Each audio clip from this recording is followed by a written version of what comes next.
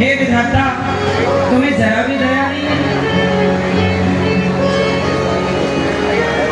संयोज्य मैत्र्या प्रणयेन देहिनम्। हे श्याम सुंदर, हे विधाता, क्या तुम्हें दया नहीं है? हमारे कृष्ण को अक्रूर तुम हमसे लेकर जा रहे हो। सामने आकर रथ के खोपियां खड़ी हो गई। कृष्ण यदि जाओगे तो हमारा रथ ऊपर से जाएगा, हमारे प्राण भर लो, फिर हमें छोड़कर चले जाओ। हम अपने जीते जी आपको जाने नहीं देंगे। गोपियां रोने लगी, हे श्याम सुंदर, हमें छोड़कर कहाँ जा रहे हैं? देखो, बेटी विदा होती है तो कितना कष्टदायी होता है। जगत के पालनहार जब विदा हो रहे होंगे तो गोपियों का हृदय किस तरह से व्यथित होगा, दुखी होगा, आप सोच भी नहीं सकते। कहते ना, जिसके पैरों में बीमारी फटी ही नहीं वो पीर पराई क्या जाने, और जिसने बेटी को जन्म दिया ही नहीं वो बेटी की विदाई क्या जाने। जब बेटी की विदाई इतना कष्टदायी है तो जगत के पालनहार की विदाई कैसी होगी? सारी गोपियां रथ के आगे लेट गई। श्याम सुंदर, हमें छोड़कर ना जाओ। भगवान ने श्री राधा रानी के पास आकर कहा, राधा, आप तो जानती हो ना कि हम क्यों आए हैं, धरती पर लीला करने आए हैं, हमें जाना होगा। राधा रानी बोली, जाओ, हमने कम मना किया, पर हम अब किसके लिए जिएंगे ये तो बताओ। तब श्याम सुंदर समझ गए कि मैं जाऊंगा तो सचमुच ये गोपियां मर जाएंगी। तो गोपियां जीती रहें, जिंदा रहें, इसलिए भगवान ने कह दिया कि मैं 2 दिन बाद आ जाऊंगा। ये 2 दिन बाद आ जाऊंगा, ये भगवान ने केवल इसलिए कहा ताकि गोपियां जीती हुई हमें मिल जाए। वरना कृष्ण कहकर जाते कि मैं नहीं आऊंगा तो गोपियां मर जाती। क्या जिए भगवान के बिना?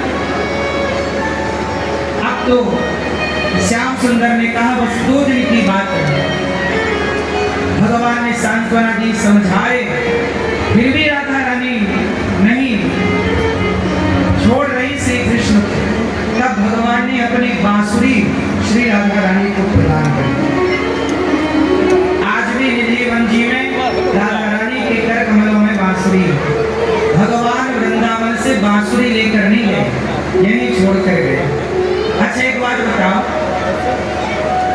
हमारे कन्हैया तो सबसे सीधे हैं, सरल हैं, बांसुरी बजाते हैं, लेकिन बांसुरी बजाने वाले कृष्ण को भी दुनिया ने सुदर्शन चक्र उठाने के लिए मजबूर कर दिया कि नहीं?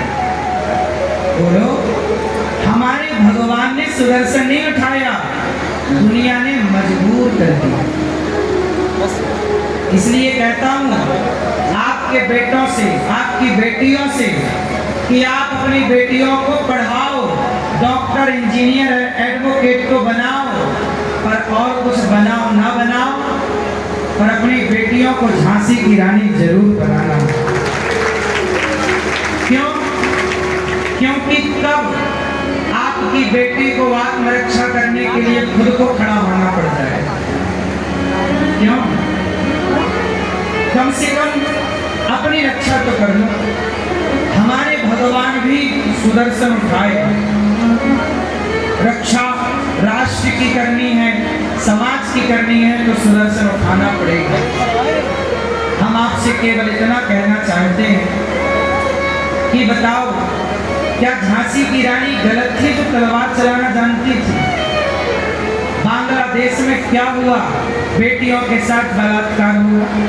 भैया, मैं हमेशा एक बात समाज को कहता हूँ, मैं कहता हूँ एक बात कि पाकिस्तान से खदेड़े गए हिंदू तो भारत आ गए, बांग्लादेश से खदेड़े गए हिंदू तो भारत आ गए, कश्मीर से खदेड़े गए पंडित भारत के कोने कोने में गए।